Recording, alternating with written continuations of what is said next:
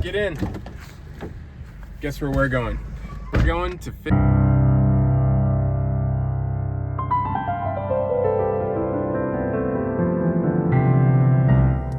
Good morning, YouTube.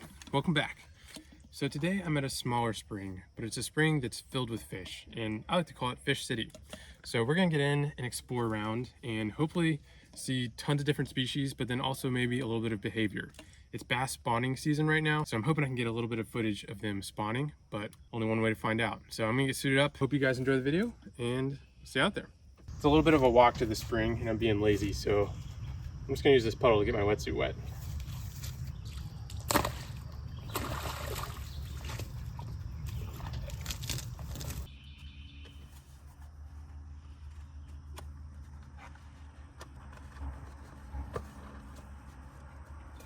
There's been a few complaints about me spitting in my goggles for the videos, but again, I gotta emphasize, it's a really important part of my gear prep. So maybe if I just go really far away from the camera and do it, it won't be as bad, but I'm still gonna keep doing it. So you gotta get used to it at some point. There's a few other people here, so hopefully I can get some good fish behavior. They did say that there was like a 7-foot alligator hanging out recently, so hopefully get to run into him. But anyways, here we go, time to get underwater. All right, well, that's a good sign. The majority of this spring has a concrete retaining wall around the perimeter. It's that tension of allowing public access and infrastructure while still preserving a natural aquatic ecosystem. But along one small side of the spring is a natural shoreline, and this little section of habitat is Fish City. Fish City runs from here to here, and you'll be shocked to see just how much life thrives beneath the surface in this bustling aquatic metropolis.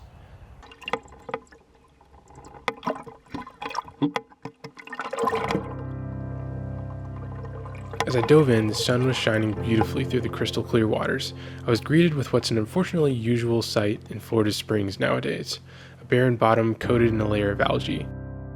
Beautiful water distracts from the fact that these spring habitats have lost a lot of their historic submerged aquatic vegetation, especially in public swim areas. I made my way along this barren sandy bottom to the corner of the spring, where the reinforced concrete wall gives way to the good stuff.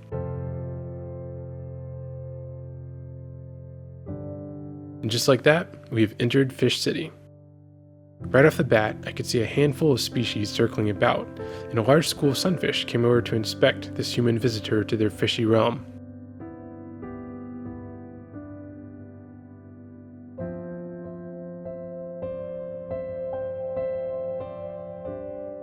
I directed my attention to the submerged shoreline.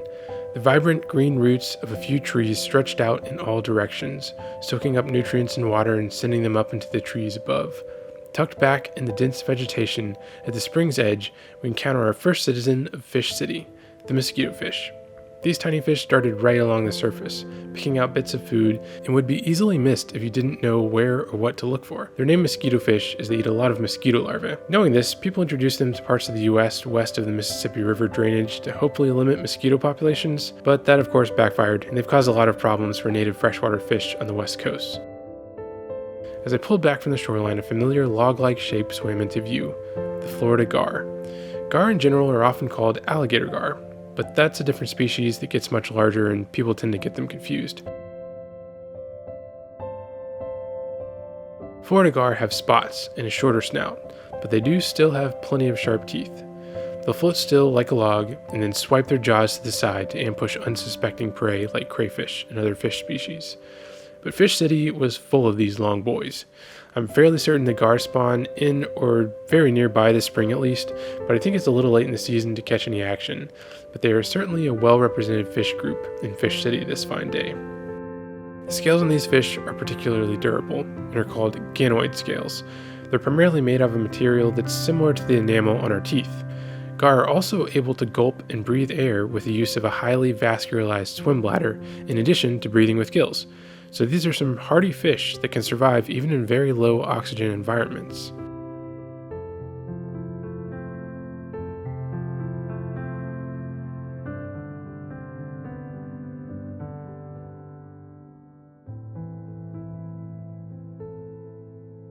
They kind of looked like pool torpedoes, just floating all around the spring. No matter how many times I snorkel, I'll never get tired of seeing gar.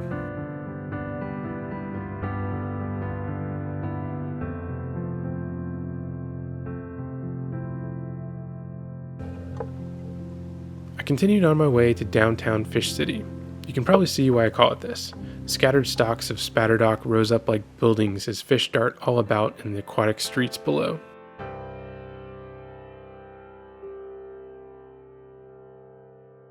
I noticed a commotion in a bowl-like depression amidst the vegetation.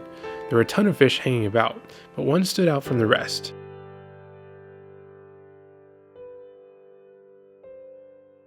Floating above the center of this bowl was a large male bluegill sunfish. He seemed flustered, and rightly so, as his nest was constantly being invaded by other intruding sunfish. I set my camera down and watched as he swam in circles, nipping at the other fish, ushering them away from the nest.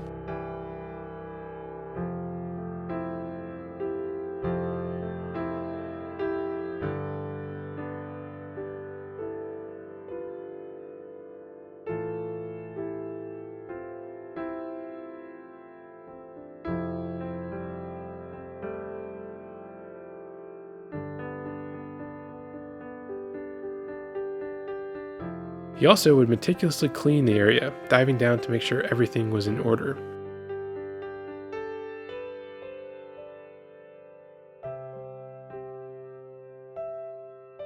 Everything has to be perfect if he's to impress a potential mate. You could almost see it in his eyes. Bro was stressing.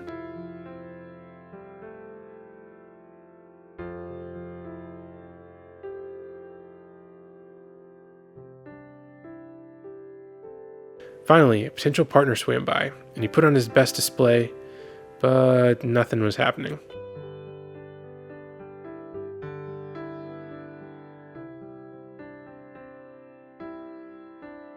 Here's one of the intruders, a spotted sunfish. The blue crescent under their eye is crazy beautiful.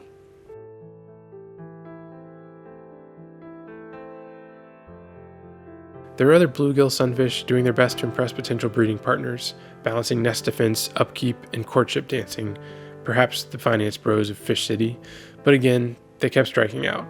But I'm sure they'll get lucky eventually.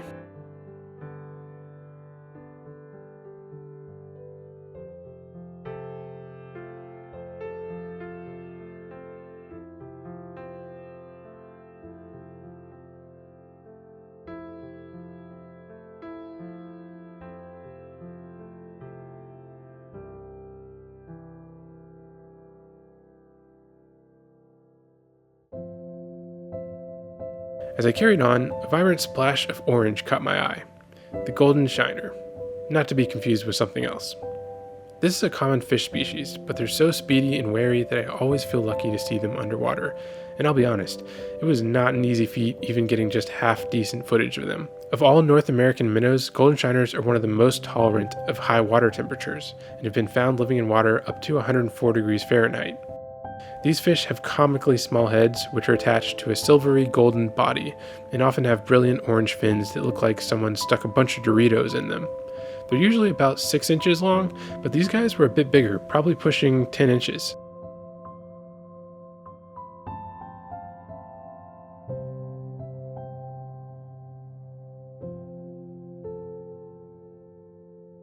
This small group of shiners stayed pretty close together, and I watched them dart in and out of the vegetation. These guys are easily one of my favorite fish in Fish City.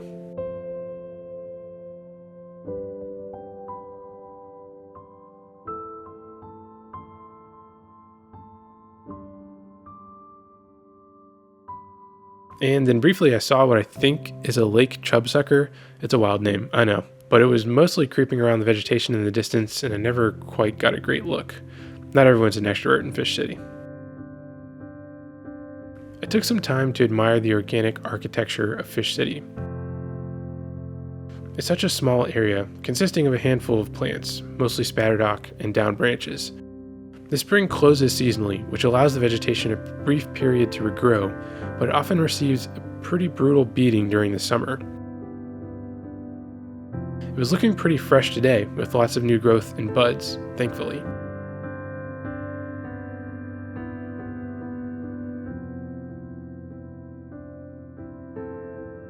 I was blown away by how full of life this tiny strip of aquatic habitat was, but Fish City is located in a precarious place at the edge of a popular swimming area. Sadly, that's the nature of a lot of aquatic habitat here in Florida Springs. Suddenly, the crystal blue waters turned dark in the distance. I was stoked to see that recent rains had created a small confluence at the far end of Fish City. The dark amber wall of Tannic Creek water clashed against the spring. The colors created by these two water bodies mixing together can be mind-blowing, and even this little confluence did not disappoint. I swam along the dividing line, keeping an eye out for the alligator, who I figured might prefer the secrecy of the Tannic waters, but I didn't see him.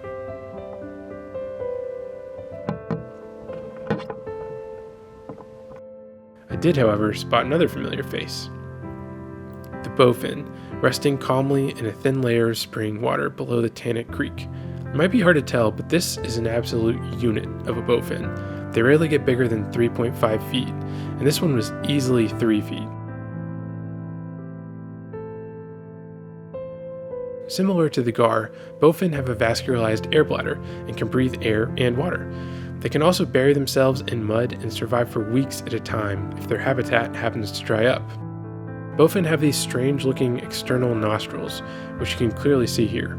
They actually have a great sense of smell and rely on it more than eyesight when searching for food, as they often hunt at night.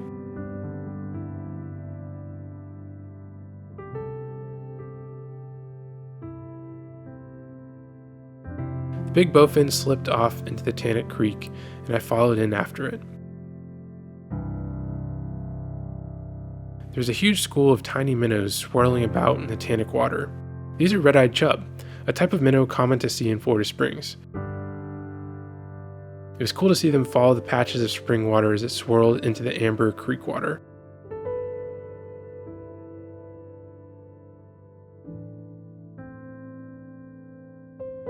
They kept their distance from me at first, but after waiting a good bit, they finally rose up to the surface, and I got some shots of them picking bits of food off some floating algae.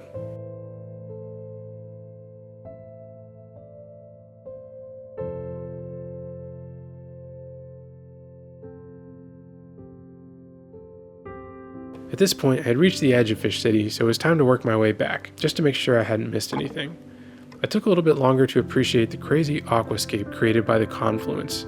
Underwater scenes just don't get much better than this. It's honestly probably impossible to overhype a Confluence. This is a beautiful aquatic ecosystem.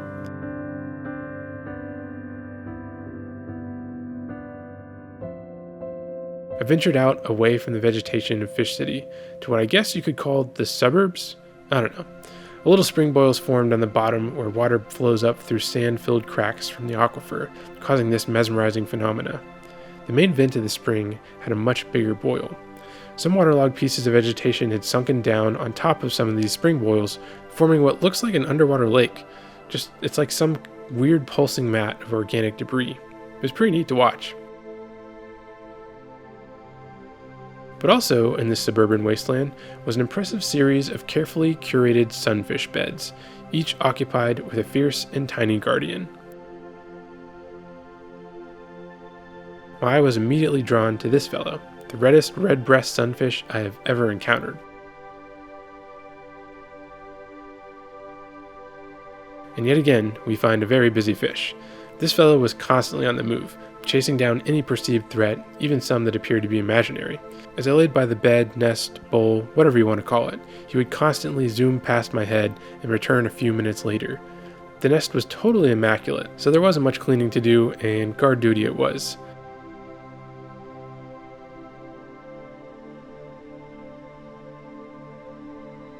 Thankfully, this allowed me to get some great shots of this guy in full breeding colors.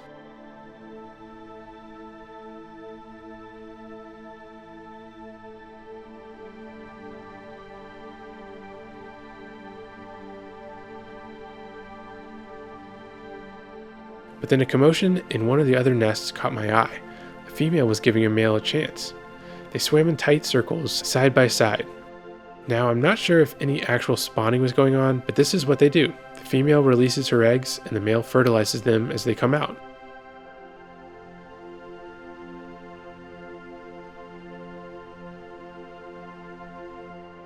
I swam around in circles quite a few times, but after she left, I didn't notice any eggs, so I'm not entirely sure anything really happened.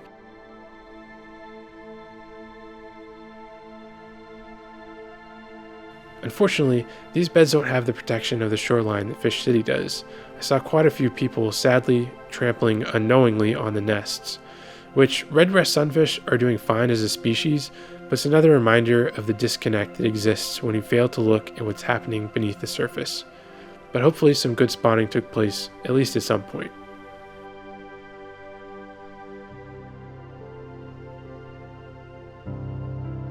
I then returned to the heart of Fish City. They've been swimming through most of the scenes this whole video, so it's high time I acknowledge the Florida largemouth bass.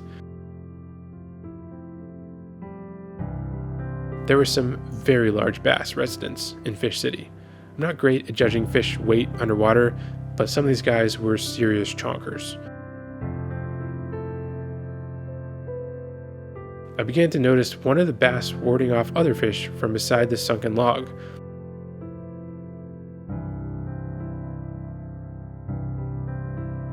Up to this point, I hadn't seen much behavior from the bass, but now I started to look more closely.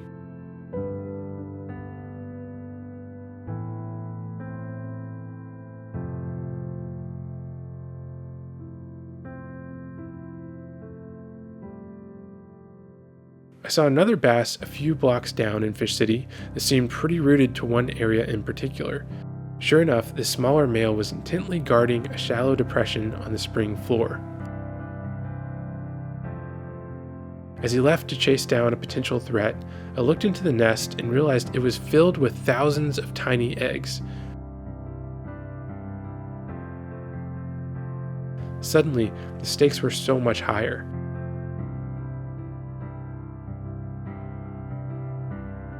Intruders weren't just perceived threats now, the lives of his young actually depended on his protection.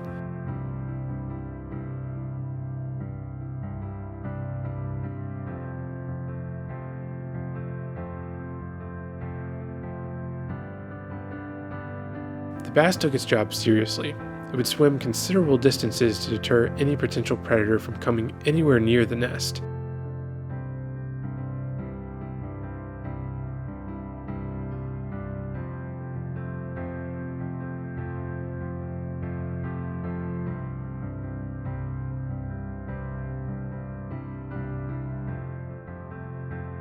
It was even brave enough to face me down as I watched carefully from the edge of the nest.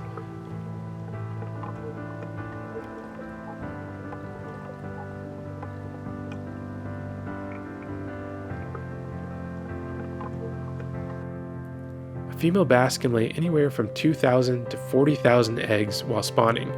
The male will then guard the eggs and the young, even for a little while after they have hatched. The males also fan the eggs with their fins to make sure they don't get choked with sediment.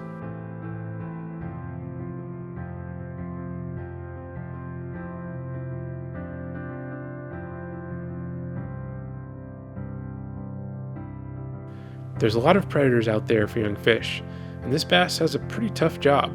But from what I could tell, he's a good dad, and he's doing a good job. It was actually difficult to film the eggs without the watchful eye of the bass dad suddenly coming looming into the frame.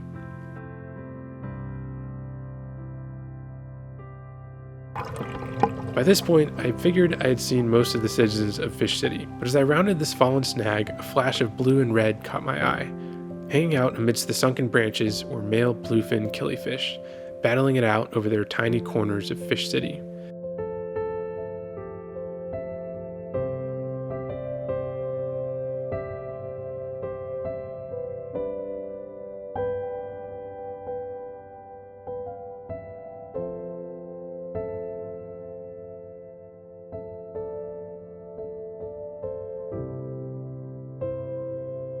Although they're super colorful, these guys are tiny and were barely an inch long.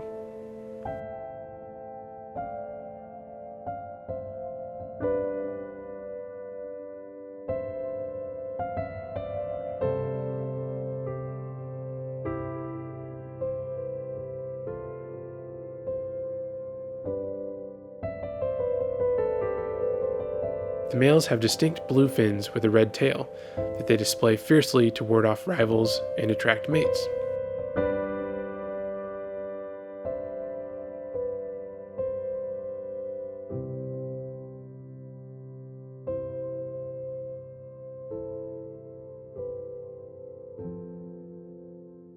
By now I was a little bummed I hadn't found the alligator after all this time, but as I was heading back I stumbled across another reptilian predator that inhabits Fish City, the common snapping turtle.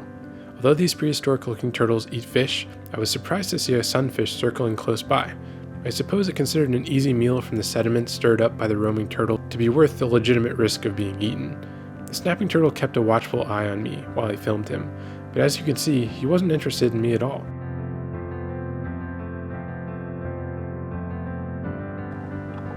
These turtles will defend themselves when out of their element on land, but underwater they're pretty good-natured.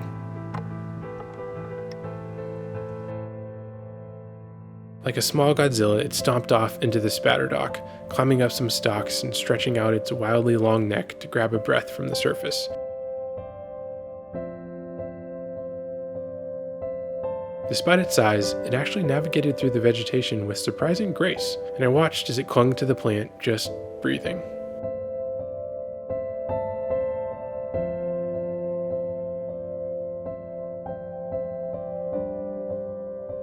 Before long, it let go of its perch and lumbered off.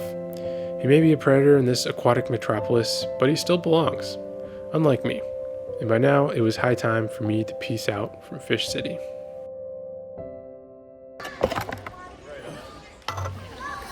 Alright, well, there's like almost around 10 species of fish, so not bad for such a small area and on a packed day too. Pretty good dive.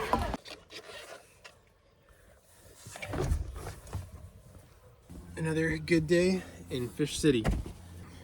I'm really glad we got some behavior. I was worried that we wouldn't see too much action from the bass, but man, that was awesome seeing that one guarding those eggs.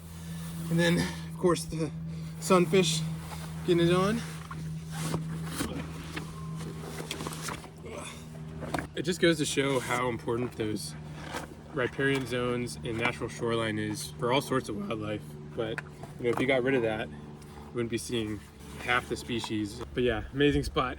Gotta love Fish City. Thank you guys for watching, and I will see you next time.